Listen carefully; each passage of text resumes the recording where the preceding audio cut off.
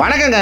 இன்னைக்கு என்ன ஒர்க்குன்னு பார்த்தீங்கன்னா, ஏசிக்கு பவர் லைன் இழுத்து கொடுக்க தான் போயிட்டு இருக்கோம். ஆக்சுவலாக நாங்கள் போகும்போது மழை வேற பிடிச்சிக்கிச்சு. அது மட்டும் இல்லாமல் நாங்கள் போகிற இடமுமே சிதம்பரத்துலேருந்து ஒரு 20 கிலோமீட்டர் தள்ளி தான் இருந்துச்சு. போகிற இடம் கூட சூப்பராக இருந்துச்சு.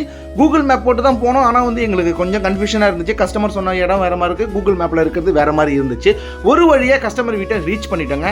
ஆக்சுவலாக இன்றைக்கி நான் என்ன யூஸ் பண்ணியிருக்கேன்னு பார்த்தீங்கன்னா, 32 ஆம்ஸில் ஃபியூஸ் கேரியலும் 2.5 ஸ்கொயர் எம்எம்ல 3 கோர் கேபிளும் வாங்கியிருக்கோம். ஆக்சுவலாக இந்த கேபிள் 5 மீட்டர் தான் நம்மளுக்கு இன்றைக்கி தேவை. ஆனால் நான் எக்ஸ்ட்ரா ஒரு 3 மீட்டர் கிட்ட வாங்கிட்டு போயிட்டேன்.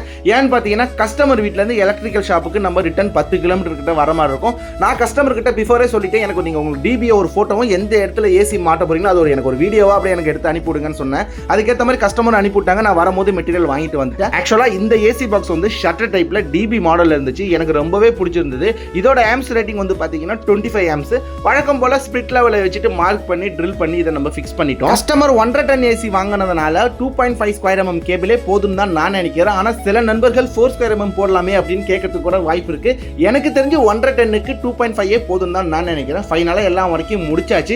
ஆக்சுவலாக இந்த 2.5 ஸ்கொயர் எம்எம் கேபிளுக்கு நான் யூஸ் பண்ண கேபிள் கிளிப் 8 எம்எம்னு நீங்கள் கடையில் கேட்டாலே கொடுப்பாங்க. ஃபைனல் அவுட்புட் எப்படி இருக்குன்னு கண்டிப்பாக சொல்லிட்டு போயிடுங்க. நம்ம ஒர்க் பிடிச்சிருந்தா ஒரே ஒரு லைக் மட்டும் தட்டிட்டு போயிடுங்க. ஸோ நீங்களா இருந்தால் இந்த ஒர்க் எப்படி பண்ணுவீங்கன்றதையும் கமெண்ட் செக்ஷனில் சொல்லுங்கள். நெக்ஸ்ட் எலக்ட்ரிக்கல் வீடியோவில் பார்க்கலாம். பாய்.